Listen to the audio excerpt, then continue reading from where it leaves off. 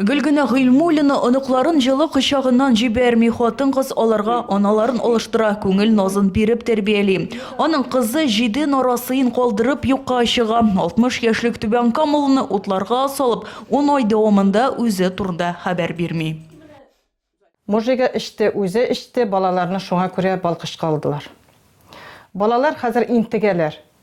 Барабыз балкышка, продукциялар апарабыз, балакайым, алар безне көтеп торалар. Әнкәй дип ишектән килеп кергәчтә тотыналар муенга.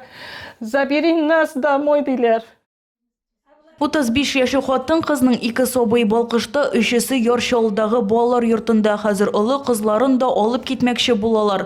Бу югалтуны Гөлгенә ханым күтәрә алмаячак. Аның әйтүенчә, оныклар яшәү мәгънәсе. Ана назына сусаган балалар да әбиләрен якын итә һәм өмет тулы күзләре белән карый.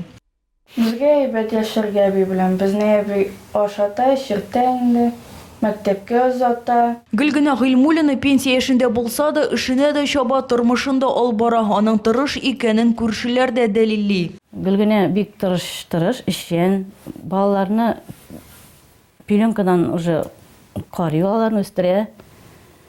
Әбиләреннән бик довольнялар, бер дә зарланганнарын ишеткәнем юк. Түбән Каманың опека һәм попечительлек бүлегендә белдергәнчә, Гөлгенә Гыйльмуллина сәламәтлеккә аңлы рәвештә җиңел зыян китерү маддәсе буенча хөкем ителгән булган. Әлеге факт нигезендә хатын-кыз балаларның опекуны була алмый. Моннан тыш аның коммуналь хезмәтләр өчен дә зур бурычы бар.